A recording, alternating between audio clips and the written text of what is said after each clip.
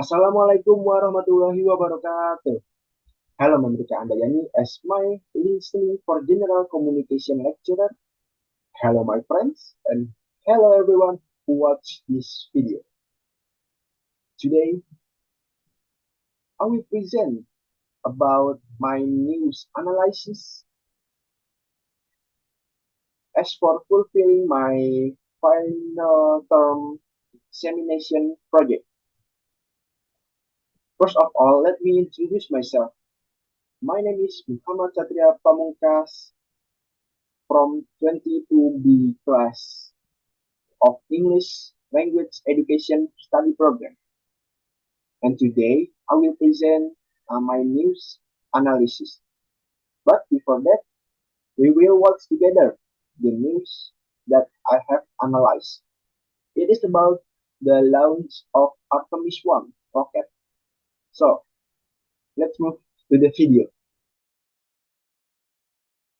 Will be out of contact during the Now, NASA's Artemis spacecraft has begun its first orbit of the moon, flying around 130 kilometers above the lunar surface. Scientists face a nervous wait as the Orion capsule then attempts to enter a larger orbit. The vehicle will be out of contact during the maneuver on the far side of the moon. To tell us more, let's speak to Dr. Jennifer Millard, astronomer and presenter of the Awesome Astronomy podcast. Thank you so much, Dr. Millard, for joining us here on the program. This is so exciting. Yeah. Artemis is our return to the moon. With people, it's something we haven't done for 50 years, incredibly, not since the days of Apollo. And yeah, so far the mission is going absolutely swimmingly. So yeah, we're very pleased with how it's progressing. And of course, it's unmanned at the moment, isn't it? It is, yeah. There are no people on board. It is uncrewed. And that's because Artemis 1, which is this mission, is a test run. So it's a dry run. We needed to fly the rocket to see if it would actually work. And of course, it did beautifully. And now we're testing the capsule to make sure that the conditions on board are going to be suitable for people. So is the temperature okay? Are the radiation levels going to be acceptable? We're also testing all of the maneuverability, testing the solar panels, and then crucially, when this capsule returns to Earth, we're testing that heat shield, because coming in from the moon compared to the International Space Station, for example, you come in at much greater velocities, and that means you're coming in, you're going to be heating up to much greater temperatures, so that heat shield really needs to be tested. But if this all works, then we're on for Artemis 2 with people, and then Artemis 3 is finally new boot prints on the surface of the moon. And what is the timeline for all of this? Because as you say, this is so far so good.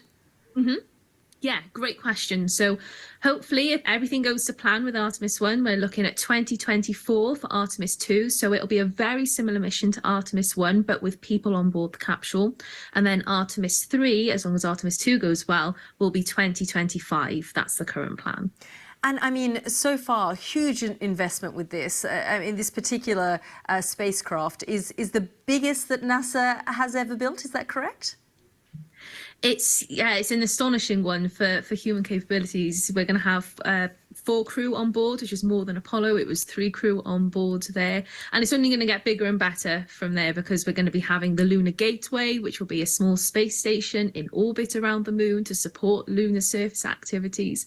And we really are progressing and doing not just long distance space exploration by going to the moon, but combining it with long duration exploration. We're going to be at the moon for weeks and even months. And all of this is so that we can develop the skills and also the technology that we need to put people on the surface of Mars. Really, that's the ultimate goal of Artemis.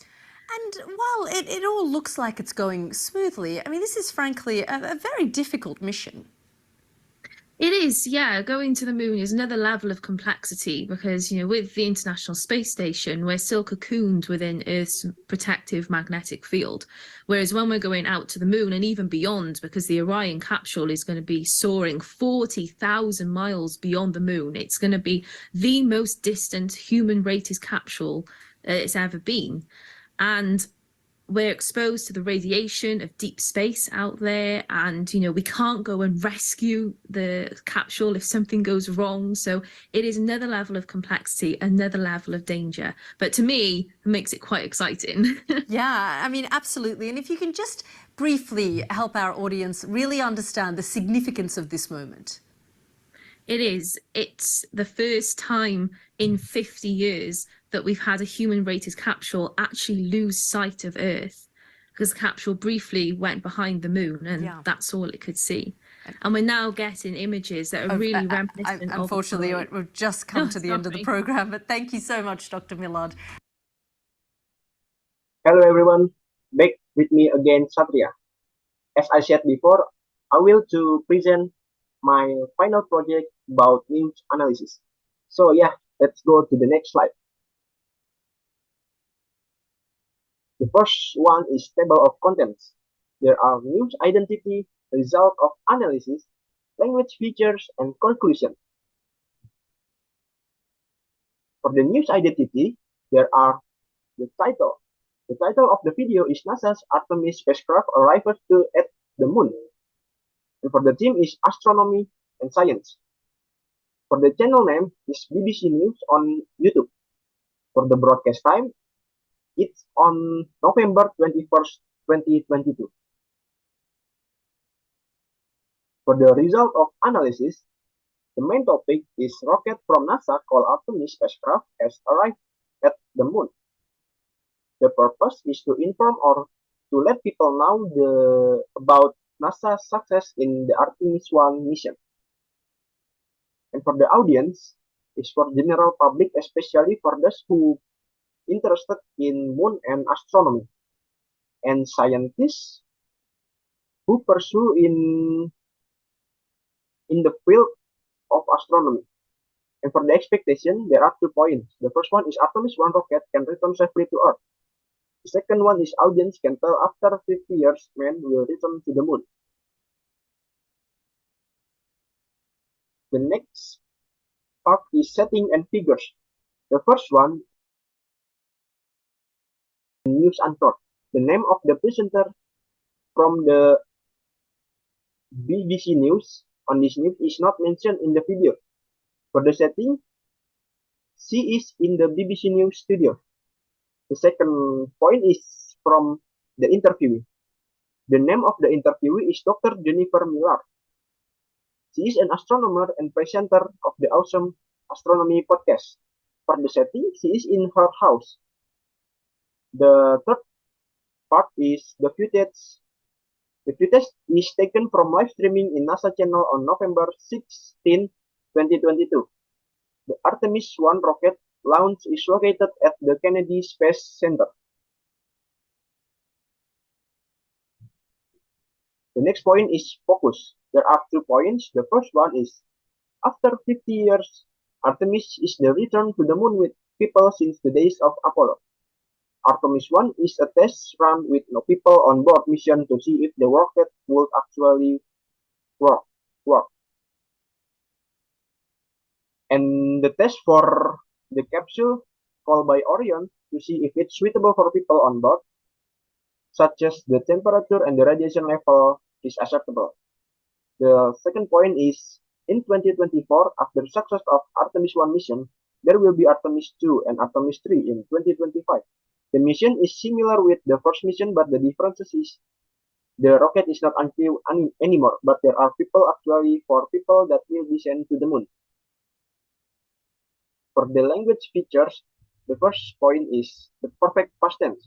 Now NASA's Awesome spacecraft has begun its first orbit of the moon flying. The next one is simple past tense. Artemis 1, which is this mission, is a test run, so it's a dry run. We need to fly the rocket. The third one is using action verb, and now we are testing the capsule. Spacecraft is the biggest that NASA has ever built. Future continuous tense. The vehicle will be out of contact during the maneuver. Adverb of place. To put people on the surface of Mars, flying around 130 kilometers above the lunar surface. Adverb of time. Really understand the significance of this moment. It's the first time in 50 years. We are looking at 2024 for Artemis 2.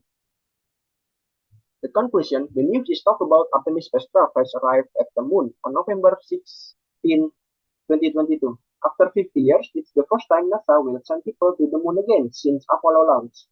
The rocket is just a test run to see if it works, and the rocket is uncrewed.